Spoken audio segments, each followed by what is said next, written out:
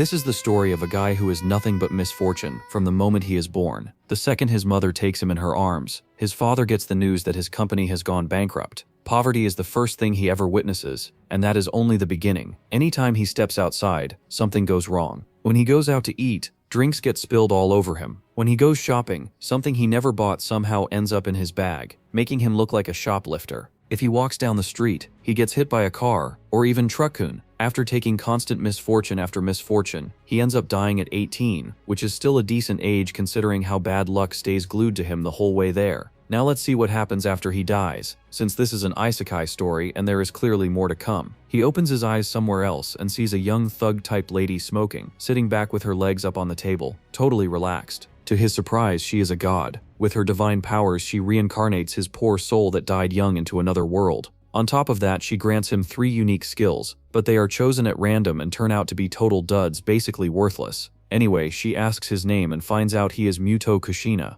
Honestly, he has a pretty average face and guys like him somehow always end up pulling a whole harem in isekai. She comments that his luck is truly awful, but then she freezes when she sees him make this creepy little smirk. He mutters, "They say fortune favors those who smile." Bro, either that quote is a scam or you seriously do not know how to smile. She finally gets to the skills and tells him straight up that they are basically magic buffs, the kind that lets him throw around power way beyond what he is used to. The 3 skills she gives him are super speedy regeneration, agelessness, and grit, indomitable spirit. She breaks them down one by one, starting with super speedy regeneration. It lets him heal almost instantly, but he only gets a limited number of uses. If he burns through those uses and pushes past the limit, he dies. So yeah, it is strong, but it is not free. The second skill is agelessness, and it is exactly what it sounds like. He does not age, so he stays in his prime, and gets to live his youth to the fullest. Kushina looks confused and asks how these are duds because right now they seem solid, even kind of busted. She tells him he will understand why they are called duds in time. But the real issue is the third skill. That third skill is grit, indomitable spirit, and she explains it with a game-style analogy. Every living being has a healing gauge, and injuries or sickness drain it until it hits 0, and then you are dead. But when he is right on the brink and this skill activates, it brings him back with just 1 point left on that gauge. Basically, he does not stay dead, and that sounds insanely broken. He does not seem to have issue with other skills as well. In fact, these are amazing to him. She cuts him off and says he cannot use the third skill until he meets one condition. He must not fear death, and that is the problem. Every living being has survival instincts, which is why death feels terrifying, and she says she has seen countless reincarnations come through here. From her experience, she says there is not a single person who truly does not fear dying. Earlier, he even said these skills are amazing, but he still will not survive in another world. So dudes, is this also because of his trash luck? Next thing he knows, he is sent to another world, and all he sees is forest. There are weeds everywhere and fresh water nearby, enough to survive for now. Then he catches a flashback of a woman apologizing, saying she could not do enough for him. While rinsing his face, he forces on that creepy little smile again, like he is trying to wipe the memory clean. He looks around and spots mushrooms that seem edible, and vines that could be useful. For a second, he feels relieved, because things might actually work out. He is even glad he lands here instead of a town full of people, because crowds make him nervous. If he has to choose, he would rather deal with trees than strangers. Bad luck does not just follow him,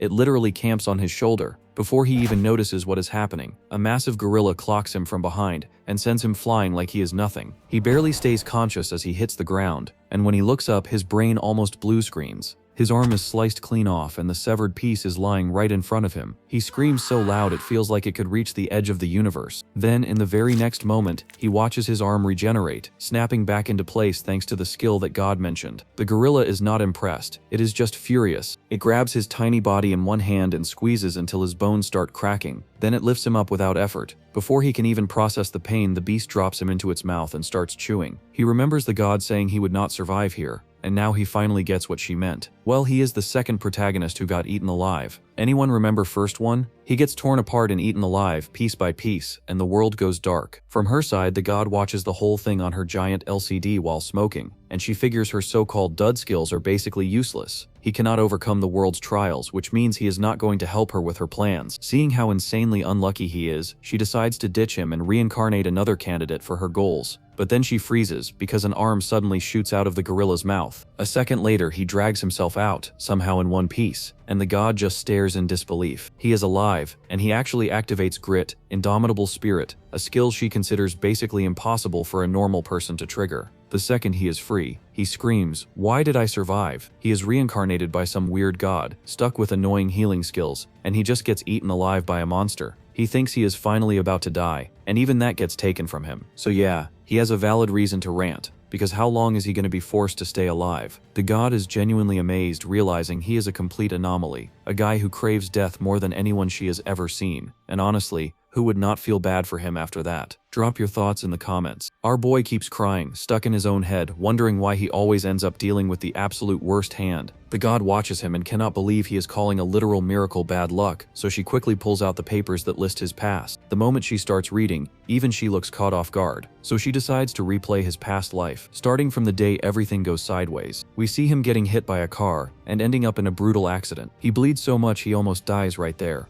while his father complains to the police and his mother cries for him. Later, he gets proper treatment at the hospital, and against the odds, he survives. A nurse comes in to check on him and asks if the painkillers help, calling him Indomitable, which turns out to be his nickname. He tries to move his arm, but it still hurts like crazy. The nurse sighs and tells him they are in a tough spot, because they cannot give more pain meds to minors, so he just has to endure it. Then his parents show up, acting worried, asking the nurse about his condition. She says he is healing well, and they pull the curtain back, wearing those creepy smiles and go, "Hey, Indomitable, how have you been?" After that, they close the curtain again, and his mom pulls up his shirt to show a nasty scar on his back. Instead of checking if he is okay, she asks if the scar is officially declared as coming from the accident. The second they hear it is labeled an accident, they relax, not because their son survives, but because the paperwork is perfect. They are already thinking about the compensation money, believing they will get a huge payout since the victim is a child. His pain is not their tragedy, it is their payday. And it does not stop there, because this is just their pattern. They have always been setting him up for misfortunes on purpose, staging fake falls in restaurants for compensation, or making him shoplift by stuffing goods into his bag. Every messed up incident in his life traces back to them. Now they are already planning their next upgrade,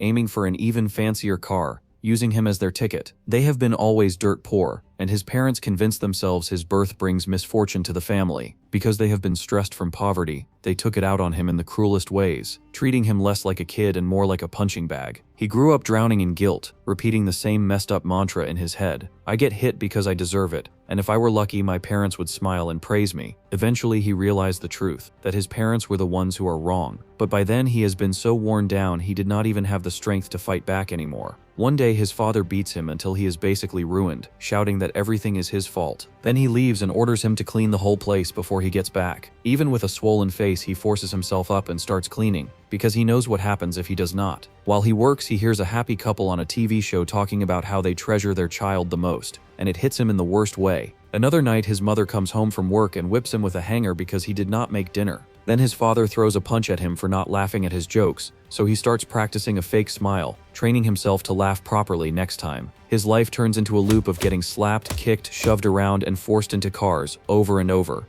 To him, pain feels unavoidable, so he learns a new survival trick: how to completely block it out. He basically masters the art of going numb, because if he feels nothing, he cannot suffer. Even on a hospital bed, he shifts a little just to test it, realizes he does not feel much pain, and then lies back down calmly, almost thanking years of practice, because if all that pain hit him at once, he knows he would not survive it. And then his mom walks in, looking at him with that ugly, selfish face, and tells him to hurry up and get discharged already. She says he is in charge of the housework, so he needs to get back home. At that point, it is impossible not to see it clearly. They are not parents, they are literal demons, wearing human skin. After reading through his data, the god finally sees just how brutal his past is, and she realizes something important. That condition for activating Indomitable Spirit, having no fear of death, is not some simple mindset trick you can fake with confidence. No fear of death does not just mean you are not scared to die. Pain is literally one of the body's survival systems, because the brain uses it as an alarm to warn you something is wrong. The moment pain hits, fear and negative emotions kick in automatically. Even a tiny bit of fear is the body trying to protect itself, pushing you to avoid danger and stay alive. If someone does not fear pain at all, they do not react properly. They would not avoid threats, and they might not even notice an illness wrecking their body until it is too late. So the fear of pain is basically the fear of death in disguise. And no fear of death means having full control over pain, to the point where it cannot shake you.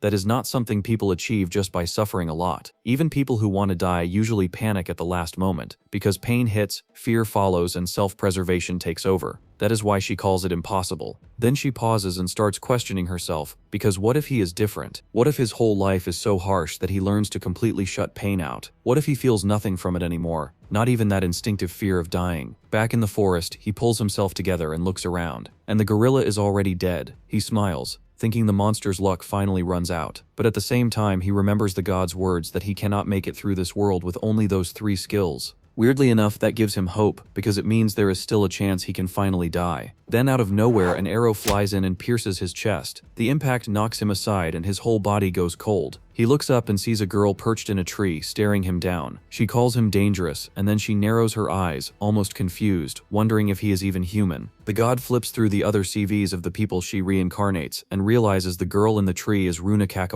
As Runa climbs down, she sees this guy is still alive, and that alone makes her tense up. He is clearly in pain, but it does not hit him the same way it does when he gets smashed by a car back in his old life. She yanks her bowstring without even knocking an arrow, and an arrow suddenly forms out of thin air. Then she tells him to stop pretending to be human and show what he really is. He just gives that iconic creepy smile that scares the life out of her, and calmly says he is human. Runa is not buying it, because nobody survives getting crushed and eaten alive unless they are some kind of creature from another world. Hearing that, he says the god mentioned the same thing earlier. Runa pauses, then asks if he means that short brat who smokes non-stop, has a nasty attitude, and glares at people like she is ready to throw hands. He agrees, and that is exactly when the little brat god gets mad. She whips something at her giant screen, then storms off to buy a whole carton of cigarettes before she dies of stress, because apparently this baddie's job is just suffering and nicotine. Back in the forest, Runa stares at him and asks if he is someone like her. Then, in the next moment, she loses her footing and drops straight into the bushes. Kushina walks forward and warns her to watch out for the tree roots, but then he notices what is really happening.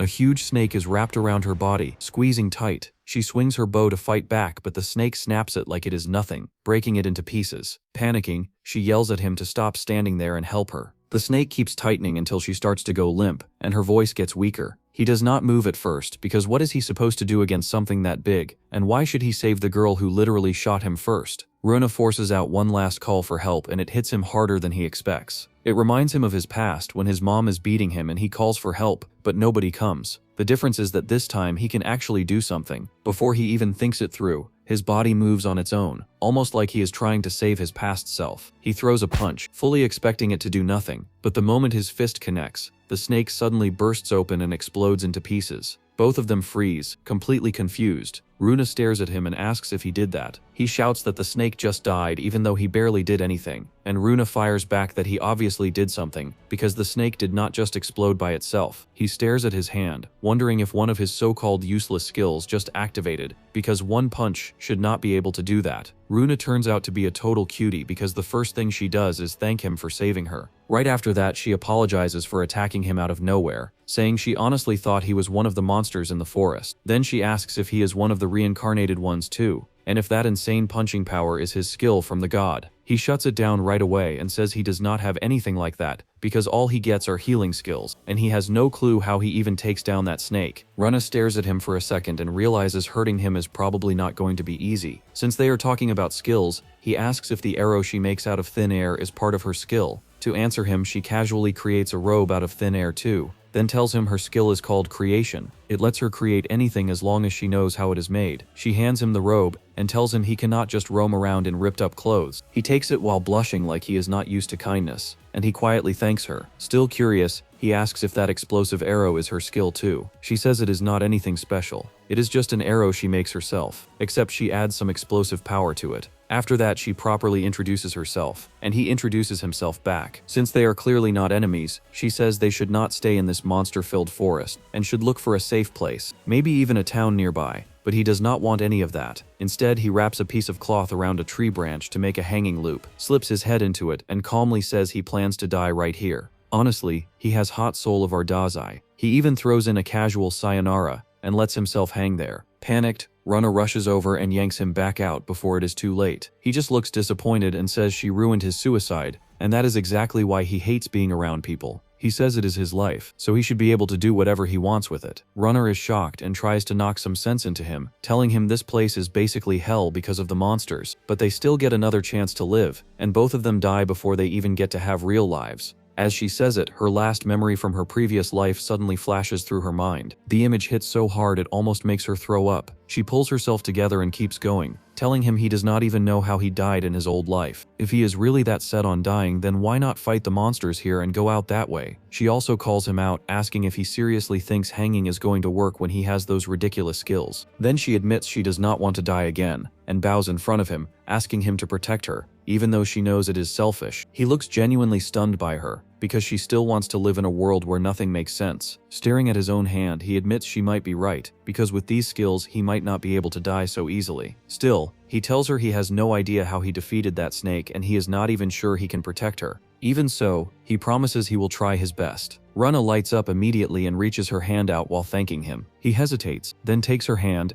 and just like that they form a team. Now that they decide it, they have to set up a camp in this dangerous forest, which annoys her because it is not exactly cozy. Meanwhile, he has camped before in parks and near rivers, but this is a whole forest full of wild animals, so he is clearly out of his depth. Runa, on the other hand, says she has been a scout before, so she starts listing what they need. They need basic supplies and they need a safe spot to stay. As they search, he starts drooling over some mushrooms he finds. Runa immediately stops him and tells him not to touch them because they have no way to know if they are poisonous. Eventually they find a cave that can at least keep the rain out. He wonders if they have to rub sticks together to start a fire, and she proudly says they can do better, because they can use the powder she makes for her explosive arrows, or she can just create a lighter. She actually creates a lighter on the spot, but it turns out to be completely useless because it has no gas. She gets mad realizing her skill can create objects, but not the fuel inside them if she does not know how to make it. While she is still ranting about how unfair that is, the ground suddenly shifts. The cave starts moving and they realize they are not standing in front of a cave at all,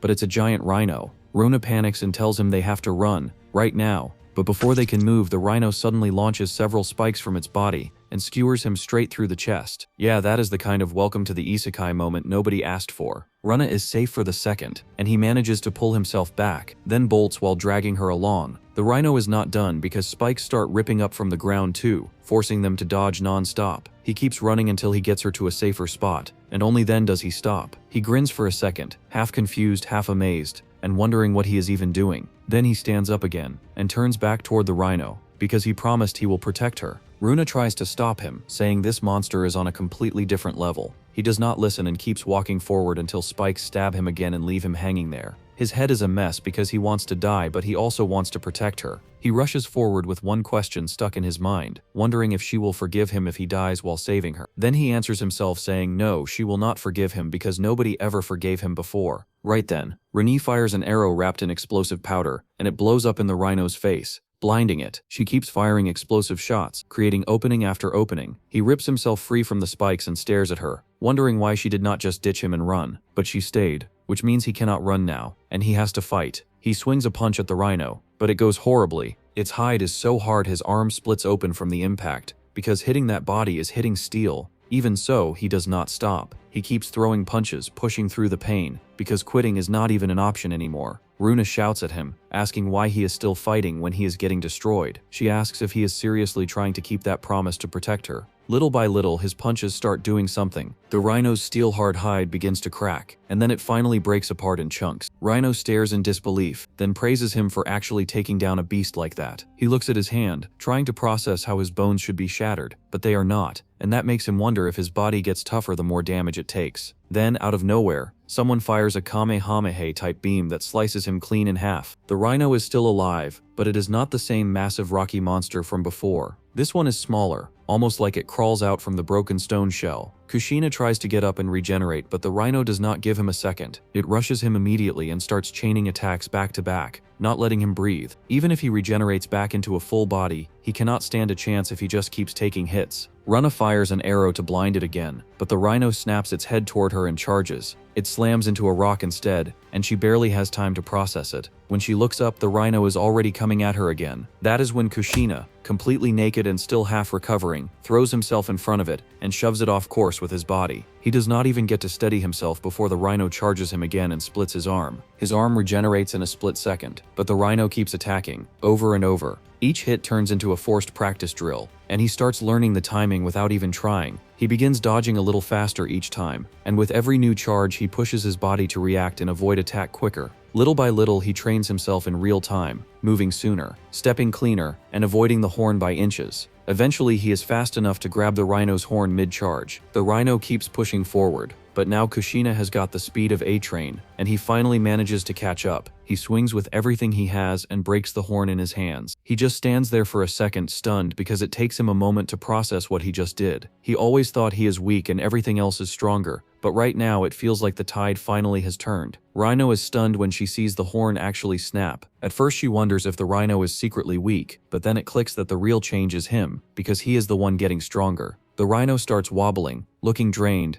and they both believe this is their chance to finish it. But the beast suddenly pulls itself together and lets out a roar, blasting steam from its body. Runa panics because the temperature keeps rising non-stop, and at this rate they are going to burn to death. However, it is a different story for Kushina, because he does not hesitate at all. He charges in and throws a punch straight into the rhino, sending it flying up and crashing down hard. This time it stays down for good, and his injured arm heals right back up. Runa just sits there, lowering her head, and her voice comes out shaky when she admits he is strong. He walks over and asks if she is hurt anywhere. She mumbles she is only tired, and as a member of the Kakihoin family, she should not cry no matter what. Then she lifts her head fast and tells him to stop giving her that pity stare, when she is already in a pathetic state. That is when he finally realizes he is still naked. He instantly covers himself with his hands, turning red on the spot. Runa quickly creates clothes for him to wear. He puts them on and thanks her, but the second he looks down, he realizes it is a girl's miniskirt and a shirt. He stands there looking completely ridiculous, and when she sees him dressed like that, she bursts out laughing. Later, they set up camp outside in the forest, instead of finding a nice cave. Runa tells Kushina to sleep first, and he asks if she is sure, saying he can stay up and keep watch or do something useful. She shuts that down and tells him he needs rest because time is limited. She also admits she wants to be alone for a bit to think, so he finally stops arguing and heads to his bed.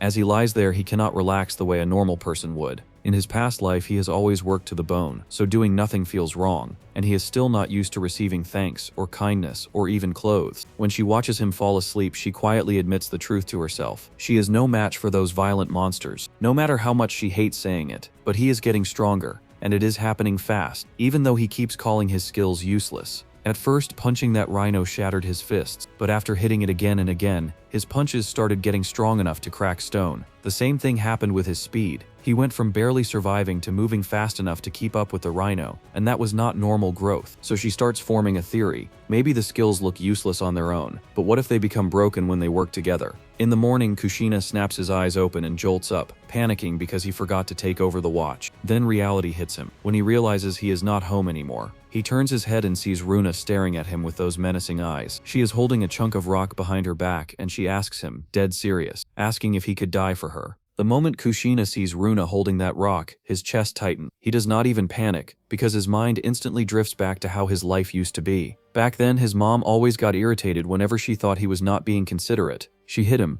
then she cried right after, apologized for being a terrible mother, and hugged him like she did not just hurt him. Whenever she broke down like that, he could not fully hate her. She repeated that cycle every day, and it taught him one brutal lesson. People could be your enemy one second and your ally the next. So Runa's sudden switch does not shock him now. He looks at her calmly and tells her to do it if she wants, because he already wants to die anyway. Runa immediately realizes how it looks and shakes her head. She says she does not want to kill him. Then she puts the rock down and apologizes for scaring him. She explains she figured something out last night about his skills. She got so eager to confirm it that she rushed in too fast and handled it badly. Kushina shrugs it off because humans always confuse him. Still, he asks what she discovered after her analysis. Runa tells him the three skills are not separate, but they are interacting and boosting each other into something way stronger than they should be. She asks if he noticed his body getting stronger, and he thinks back to the rhino fight, which hits him that she is right. He does not have any skill that directly boosts strength, yet he is knocking monsters down with a single punch. Runa says certain conditions line up perfectly, and the skills start amplifying each other on their own. Kushina's eyes widen as the truth sinks in. For the first time, he looks genuinely shaken by what he is becoming. On the other hand, the little brat god is absolutely fuming at the convenience store.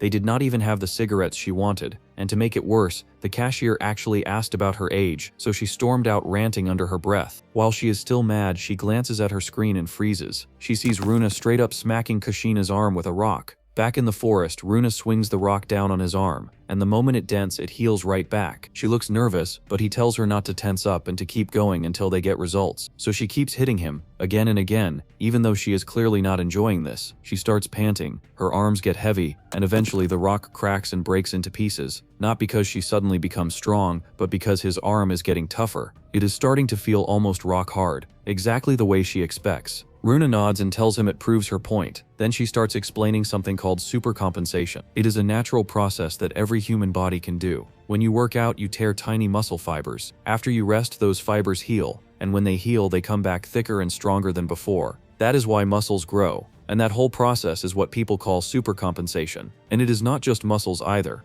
because bones do it too. If someone breaks a bone, the healed area becomes denser and stronger than it used to be. The body basically upgrades itself after damage, as long as it gets the chance to recover. The difference is that normal people cannot regenerate severed limbs in seconds. Kushina can. His rapid regeneration restores even major lost body parts, and every time it restores them, his body is basically speedrunning supercompensation. So the more damage he takes and recovers from, the more his body levels up. But there is still a problem. If his rapid regeneration is triggering supercompensation, then his body is basically forcing non-stop cell division to rebuild itself. And normally cell division is not unlimited. A person only gets so many division cycles in their lifetime. The more your cells divide, the closer you get to aging out, breaking down, and eventually dying. That is exactly what the brat god warned him about. His rapid regeneration has a limited number of uses, and if he pushes past that limit, he dies. But then his second skill steps in. Agelessness keeps him from aging, which means his cells do not run out of those division cycles the way a normal person would. So those two skills together do not make him immortal, but they remove the biggest weakness, the body wearing out. Still, death can happen in other ways, and that is where the third skill comes in. Grit, indomitable spirit, revives him from death, but only if he does not fear death. As long as he does not give up on life, it drags him back with 1 point left. And here is the twisted part. He keeps saying he wants to die, but deep down his will refuses to accept it. Some piece of him still fights to survive,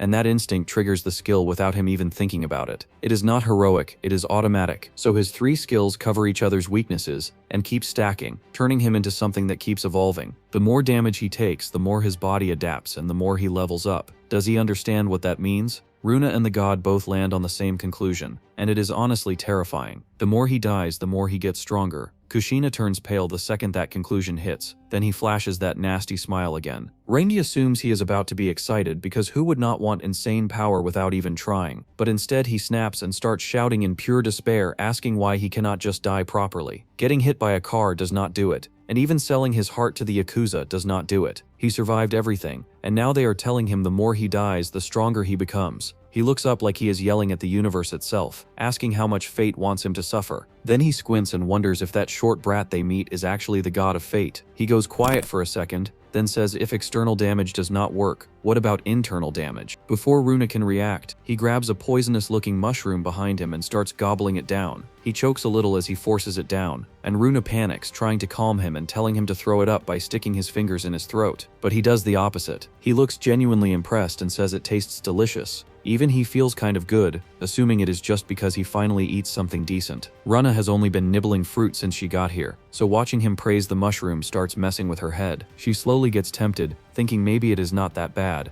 and she considers trying a bite too. But then he starts talking nonsense, saying the mushroom is making him shrink and grow. That is when she realizes this is really bad news. He is hallucinating. He looks at her like she is some buff muscular tank and begs her to use those arms to strangle him to death. Then he suddenly bolts, yelling that his legs are faster too. Runa chases after him and tells him to wait because he promised to protect her. He laughs, saying he is going wherever the wind takes him now, and keeps running like he is chasing something only he can see. Eventually, he starts saying there are people ahead. Runa tells him he must be hallucinating again, but this time he is not imagining it. They finally reach the front gate of a town, and the guards take one look at them and assume they are adventurers. Without asking too many questions, they open the gate and let them inside. Runa gets excited for a second, but then she turns and her smile drops. Kushina's face is covered in blisters, but his hallucinations have been faded, and he comes back to his senses, insisting he is fine. Runa is just relieved to be out of that forest, crawling with brutal monsters. She is finally in a place that does not feel like it wants her dead every second. Before she can even relax, someone suddenly extends a hand toward her. She turns around and freezes because there is a gorilla old man and his colleague standing right beside her.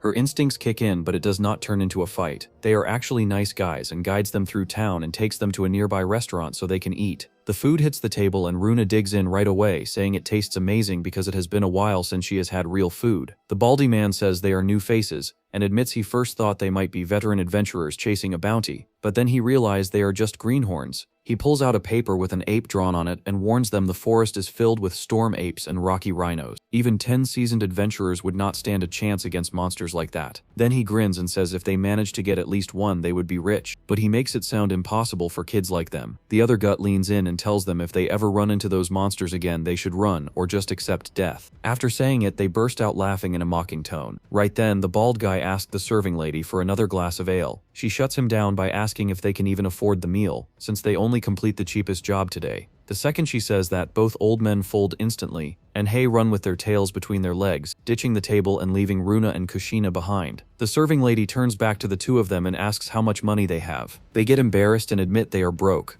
To get some money in their pockets, Kushina heads back into the forest and goes on a raid, then returns with knocked out beasts slung over his shoulders like they are groceries. He sells them off and comes back with a heavy bag of coins, and even though he has no idea what the currency is called, he is sure it is enough to cover yesterday's food bill. Runa looks at the money and starts doing the math right away like typical waifu. She says this is not just food money, because with this amount they can pay for a roof, get a bath, and stay in town for a while, since she already checks the local prices and the inn costs. She explains the beasts he took down are called magical beasts, and the ones he beat on their first day, storm apes and rocky rhinos, were not random monsters. They are high bounty targets. Their pelts, their meat, even their processed parts are easily sold out because the demand is crazy. If they had no ideal, the contents of the beasts would sell at such amount. While she is ranting, Kushina is not celebrating at all. He just keeps thinking about how none of those beasts managed to take his life, which annoys him more than it should. He promised to protect her, so he cannot just leave her in front of a monster and walk away. But the longer this goes on, the weaker the monsters start to feel,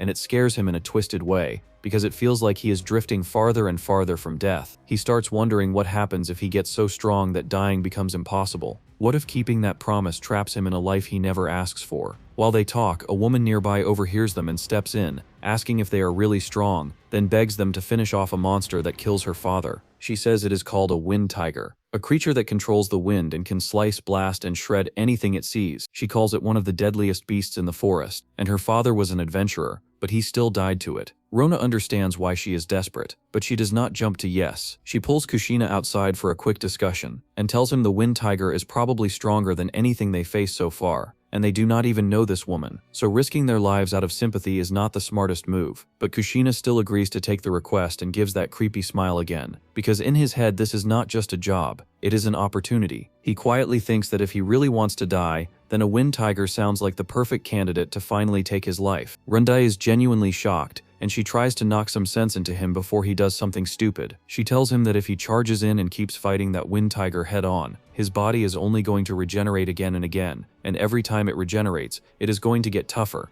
until one day nothing in this world can even take him down. He snaps back and shouts that he needs to die, like it is the only thing he wants anymore. Runa does not back off, and reminds him how his indomitable spirit actually works. That skill activates only when he does not fear death, which means every time he falls he revives, and he ends up stuck in a loop where death is never the end. If he keeps pushing himself into lethal situations, all he is doing is building a cage he cannot escape. He goes quiet for a moment and asks what he is supposed to do instead. Runa tells him maybe the answer is not to keep chasing death but to start enjoying life until he stops desiring death in the first place, because maybe that is when the skill will stop triggering. He asks her how he is even supposed to find joy. She tells him that is something only he can figure out, but right now his vision is tunneled, and all he sees is death, so he needs to learn more about this world and give himself a reason to look forward instead of down. He thinks it over and says if he fights the wind tiger and ends up dying, or even ends up becoming completely unkillable, it has nothing to do with her. Then why she is trying so hard to stop him when she already escaped the forest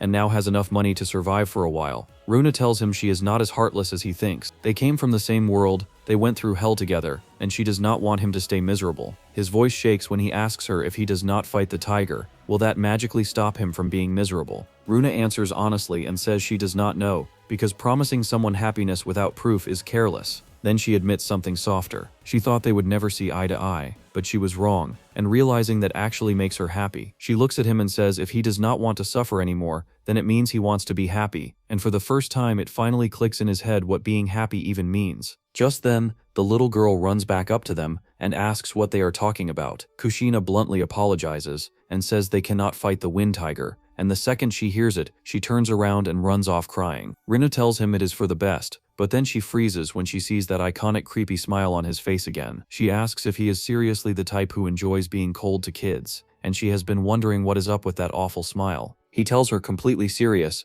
that good fortune comes to those who smile. Runa fires back with the only response that makes sense, saying even good luck would run for its life if it sees that evil grin. It is what we wanted to say to him. Thanks Runa for saying it. The next morning we see him stretching and loosening up, and he realizes he actually slept well, felt better than the crunchy futon back home, which is crazy considering everything. Meanwhile, Runa is downstairs causing a whole commotion, and honestly, she has a valid reason. The bed they stay on has some weird design, because the blanket is literally a slimy, filthy tongue. The serving lady looks worried and asks if the mimic bed did not work out. If it felt comfortable, she was thinking about marketing it, because an adventurer brought it in and claimed it is neutered and totally harmless. Runa immediately loses it and starts yelling what neutered even means in this world, and what if it is not actually safe. The serving lady tries to reassure her, but Runa is not trying to gamble her life on a tongue mattress. For Kushina though, it is the opposite experience. The tongue licking him felt weirdly gentle to him, almost like a puppy licking his face, which makes it even more cursed. After that mess, they finally come downstairs.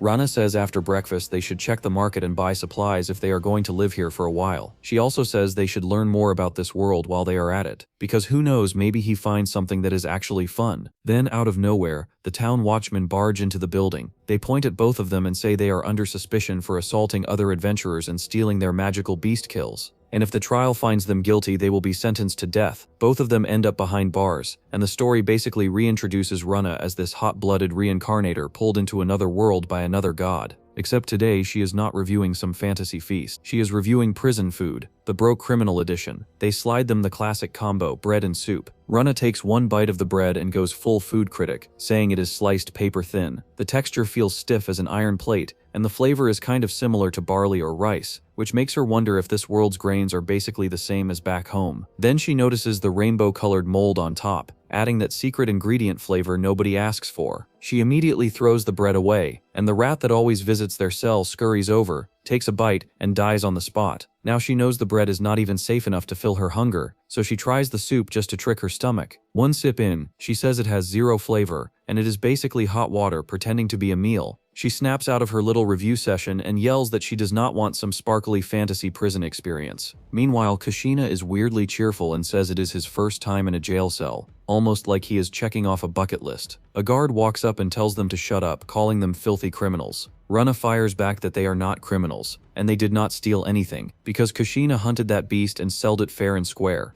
While she is fighting for their lives, he is chilling in the background eating moss. He gathers from the window because apparently that is his coping mechanism now. It is so unserious it almost makes her madder. Then another guard shows up and exposes the first one. The guard is actually a prisoner pretending to be staff, and he gets grabbed immediately. Runa is stunned because how is security this weak? Well, it is normal here, since if you pay enough in prison you can get a private cell, and that means you get privileges, even walking around, which is basically how the fake one pulls this stunt. The real guard drags the impersonator back to his cell, and the whole place goes quiet again. Runa looks stressed because if this chaos keeps going, they are going to get labeled criminals for real. She decides she cannot just sit there and wait to get framed, so she tries to break out with her skill and quickly creates a spoon, planning to use it to pick the lock. Before she can even try, a guard shows up and tells them they are being summoned by the church for a court session, so the escape plan dies instantly and they get marched out. They end up inside a church courtroom, standing in front of the judge with everyone staring at them. The judge asks for their names, and Kushina for some reason gives a fake one, calling himself Futoshimu, while Runa gives her real name, Runa Kagaman. The moment she says it, Kushina remembers her saying she is part of the Kagaman family, and he realizes she was not joking. Then he blurts out that he always wondered what Kagaman means and praises it for sounding cool. He is smiling and chatting like this is a casual meet and greet, and the judge has to cut him off and demand respect. Then the judge explains how this court works because it is not a normal trial. This court uses a jury randomly selected from citizens to decide guilt or innocence, and if someone is found guilty, the punishment is immediate execution. Runa goes pale, while Kushina looks weirdly curious, as if the idea is just interesting to him. The judge tells the watchman to explain the incident. The watchman claims they steal monster carcasses from other adventurers, present them as their own kills, and exchange them for coin, and he says that is what the public report states. Runa panics, asking who would even lie like that,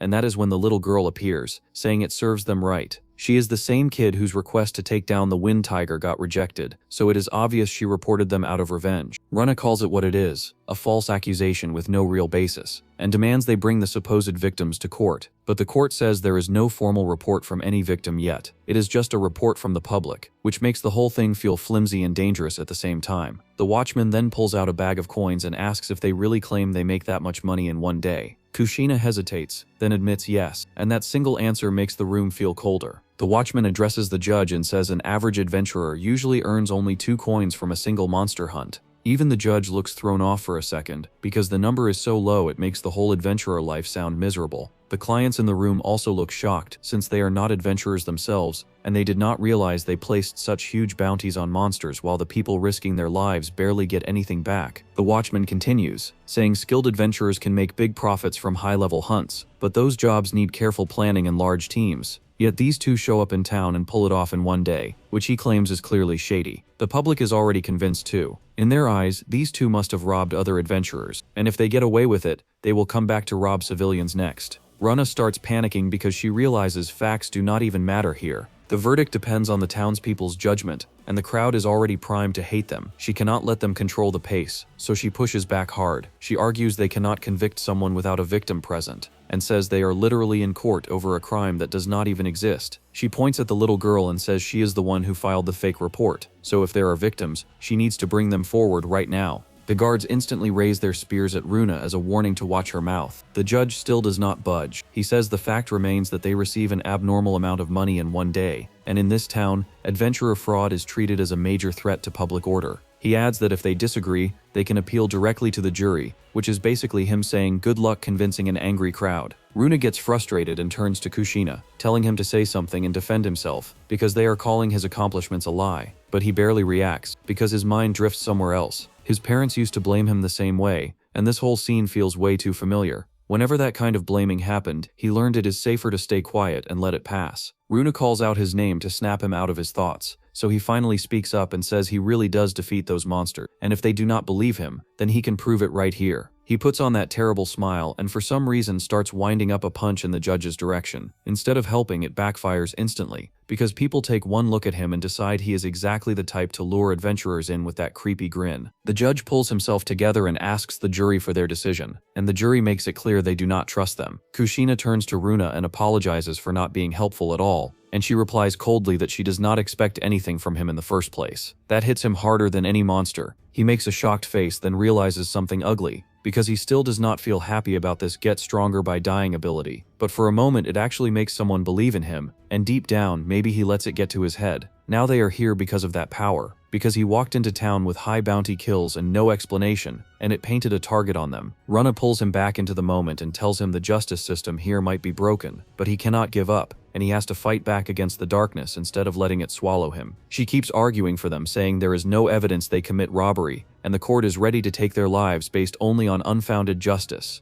That single line hits the room and it actually shakes the jury's confidence. Kushina is stunned, because one sentence shifts the whole atmosphere. He wants to help her now, because if the vote does not turn, they are both going to get executed. Old him would have welcomed that ending, but now he wants to understand this world a little more. Right then, the guards point their spears at Runa again, and something in him moves before his brain can stop it. He steps forward, trying to hold himself back, reminding himself these guards are people, not monsters. But his body does not care, and he starts throwing a punch at them anyway. Before it can land, the court explodes into chaos. A dragon named Gargoyle crashes into the church, tearing through the space and causing an instant panic. As the guards scramble to ready their weapons, Kushina releases that charged punch at the dragon instead. The hit sends Gargoyle flying back outside the church like it is nothing, and the silence afterward feels unreal. Kushina is still shaken, because he did not mean to punch the dragon at first. He wanted to scare the guards, maybe even hit one just to force his way out of this ridiculous situation. But then the monster showed up and everything flipped, and the part that scares him is not that he sends a gargoyle flying. The part that scares him is what almost happens, because if he had hit a guard, he might have actually taken a life. That thought sits heavy in his chest, because his strength is getting so insane that holding back is the only thing keeping people alive. He stares at his own hands like he does not trust them anymore. A guard steps closer and asks if he is hurt anywhere. Kushina answers with that creepy smile, grabbing his spear and snapping it in half with his bare hands, and in response, the guard just freezes in shock. Kushina looks so sad to realizes he probably cannot pet a dog or a cat ever again, because one careless touch could hurt them, and that thought almost breaks him. Just then, a guy named Agot walks in and says he thinks all the noise is from the trial, but it is way worse than that. The whole room instantly reacts and everyone gets excited to see him, saying if Agot is here, then they are safe. Runa has no idea who he is, so a guard explains that Agot is the top adventurer in town, and nobody else even comes close. Agot looks around, sees Gargoyle already handled without him lifting a finger,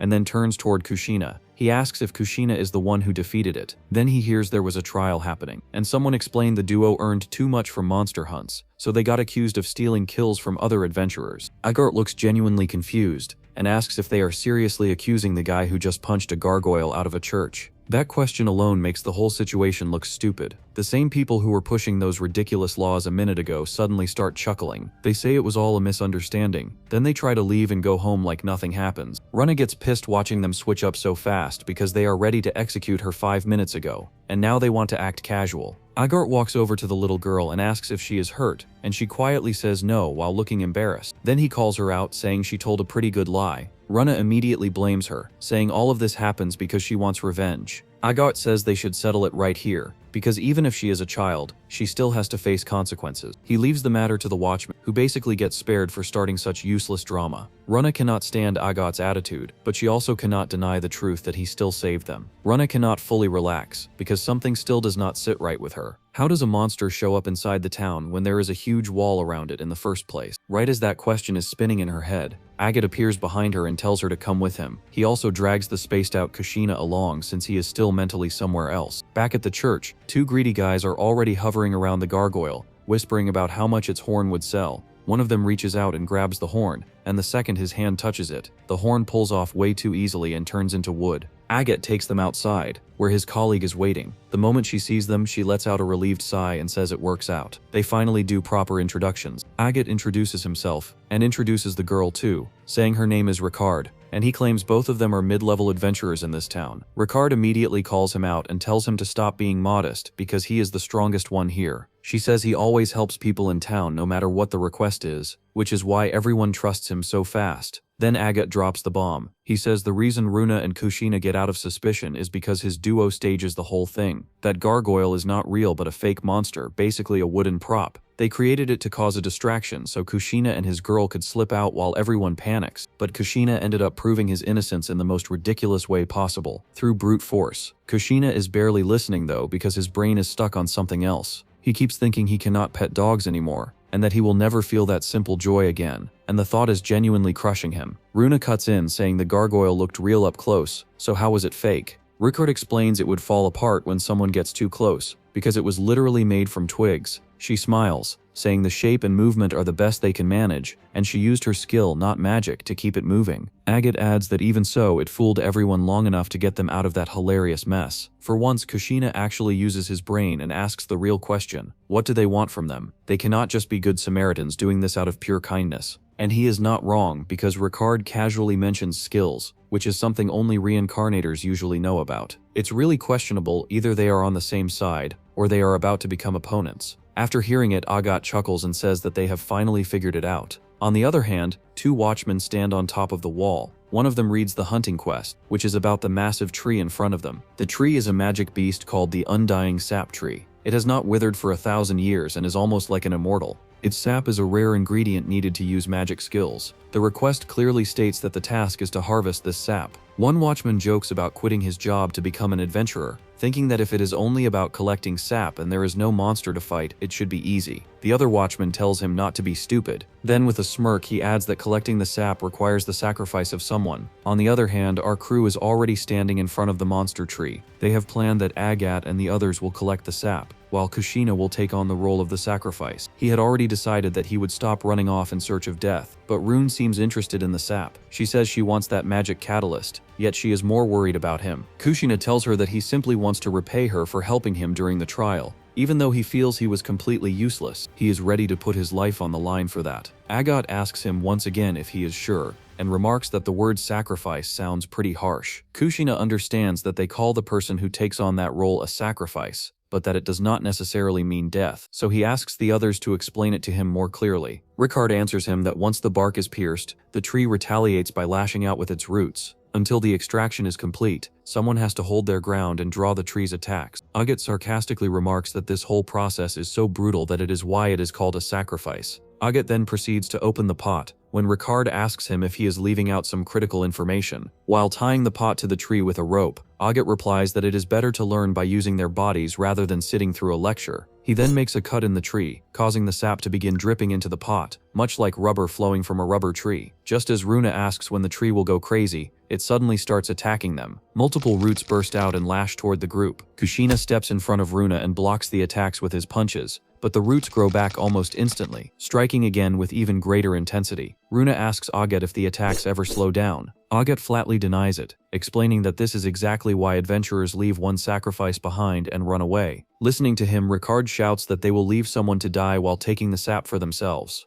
Agot replies that he will not let anyone be sacrificed here, as that was the whole reason for bringing them all together. Ricard gets motivated and says that she will fight as well, blocking the roots with her staff using magic. Runa is impressed, realizing that this is how magic looks. During the fight, Kushina asks how long they will have to hold out. Agot calmly replies that it will be until the pot is filled, maybe until tomorrow morning. Runa is shocked and asks if he is insane, to which Agot responds that once the sun sets, the tree slows down a little, allowing them to rotate and rest briefly. Kushina is not confident in their strength, as there are only two of them holding the front line, and it might become difficult to endure through the night. Agot encourages him and assures him that they will make it out alive together. Kushina reminds himself that he is doing this in return for Runa's help during the trial. Agot decides that their goal is to survive until sunset. After a while, the sun finally sets. Runa, exhausted as hell, notices that barks are slowing down, and it's just so brutal even with 4 people. Agot remembers that this job is too difficult, which makes Runa angry at Agot and Ricard for not telling them that they had gone through it before as well. According to Runa, trying to scrap with the bare minimum is naive, and if one person drops, the whole mission collapses. In other words, she has the power to finish alone. Ricard apologizes and tells them some adventurers are still injured in town and are unable to join the subjugation party. Kushina asks about the reason for their injury, to which Agot asks if he knows about the wind tiger. Agot shares about their experience in a massive hunt party a while back. They were also part of that party, but they failed their mission. The wind tiger was stronger than they imagined.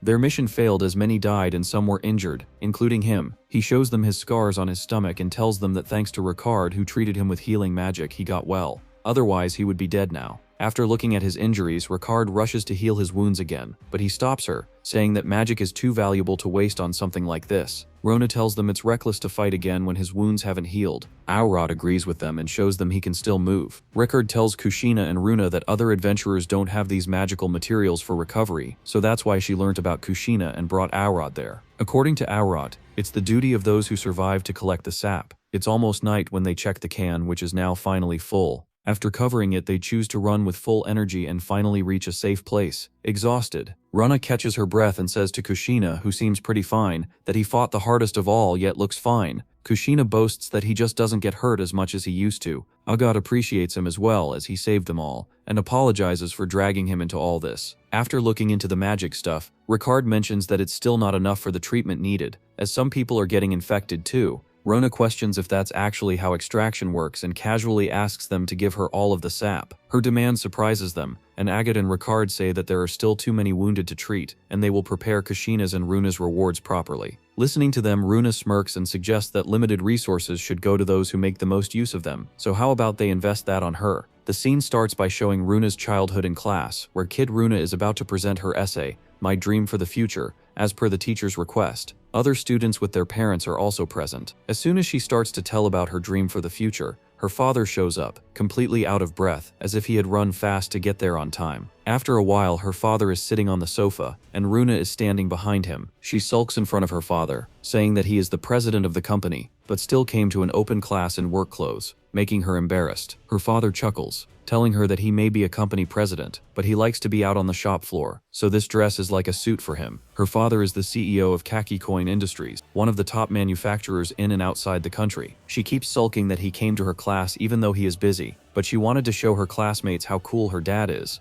While he is busy completing an archery project, he tells her that getting your overalls dirty and sweaty over the things they build might not be glamorous, but it's cool. Making things is kind of magic that creates 100 from 1. He completes making the bow and wants her to give it a shot, as she wants to learn it. She takes action by pulling the string of the bow and throws the arrow at its target. She falls down from the strong recoil, but gets happy seeing her arrow right in the center of the target. Her father sits down near her and asks if she is okay while apologizing for the scare. He tells her that when she gets a bit older, he'll sign her up for archery lesson. Runa is amazed, realizing that this is the magic that creates 100 from 1, and says to her father that his company makes cars, planes, and other things, and that he can even make a bow himself. Her father tells her that back when he was young, he toured all kinds of factories and workshops, whatever the field. He gives her an encouraging speech, saying that he is not asking her to take over the company, and it is completely fine if she is not interested in making things, but if she is ever in real trouble, knowing this magic that creates 100 from 1 will help her break through those walls. Her dad wants her to learn as much as she can, and whatever she wants to study, he will make it happen. He encourages her that if she works hard, he is proud of her, and she will become a great magician. Back in the present, the next day, remembering all this, Runa apologizes to her father in her thoughts that she died before him. She worked so hard as a khaki coin daughter, polished her manners, and learned everything she could about business,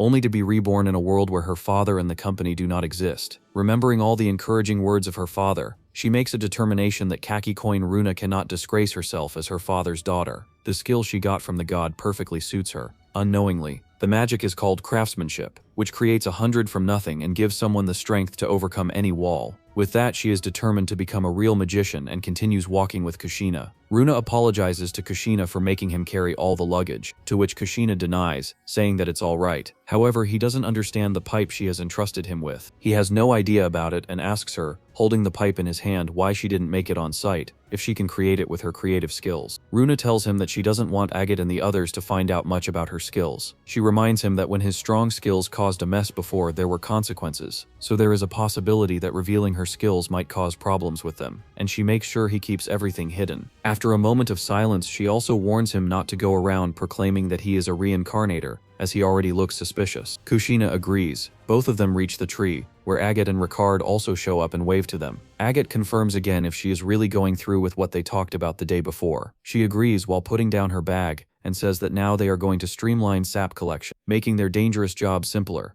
Ricard is delighted to hear that and appreciates that she is such a charitable person, but inside, her evil thoughts are to guide her back onto the right path with magic if she demands all the sap for herself. Agot tells Runa that if he were in her place, he would probably have some ulterior motives. Kushina calmly exposes that he knows Runa better than anyone. She isn't the type of person who does charity work for strangers because he almost got killed when they first met. She silences him and asks Ricard if they have enough sap so that magic could be used as much as needed. Ricard agrees, and then Runa asks her to teach her magic. She questions Ricard that if she is short on magic fuel, there's no way she can do it, so she would need to burn through sap just to practice, to which Ricard agrees. Seeing her agree, Runa says that they will use the collected sap to build a system where magic can be used freely. Agot finds it amusing, so she asks them if they are willing to accept those terms. But Agot is still doubtful and cannot easily say yes because there are many injured waiting for treatment, so it is useless to waste resources and time on a useless thing. But he also accepts that collecting sap like this is not good either. So until the next day, Runa and the others can use up 1/3 of the collected sap. Their deadline is the next evening, so they must come up with some plan. Otherwise, Agot will have to stop them from using any more of the sap.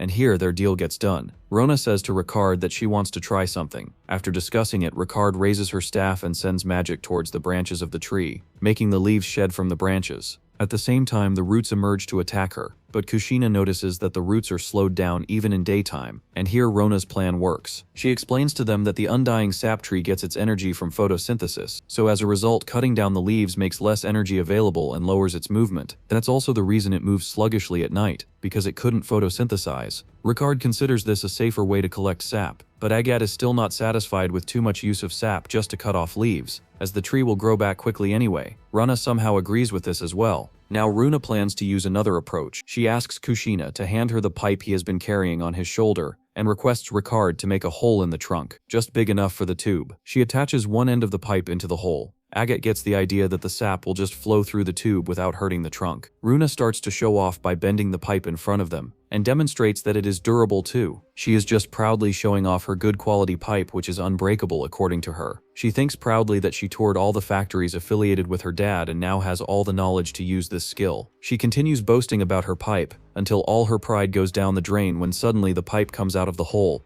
making her jaw drop. Agot figures out that the undying sap tree doesn't tolerate anything that harms its trunk. Kushina calls out to Runa, but instead of answering him directly, Runa says that failure comes with trying something new. She gets fired up, determined that in the name of Kakkoin, she will solve this problem.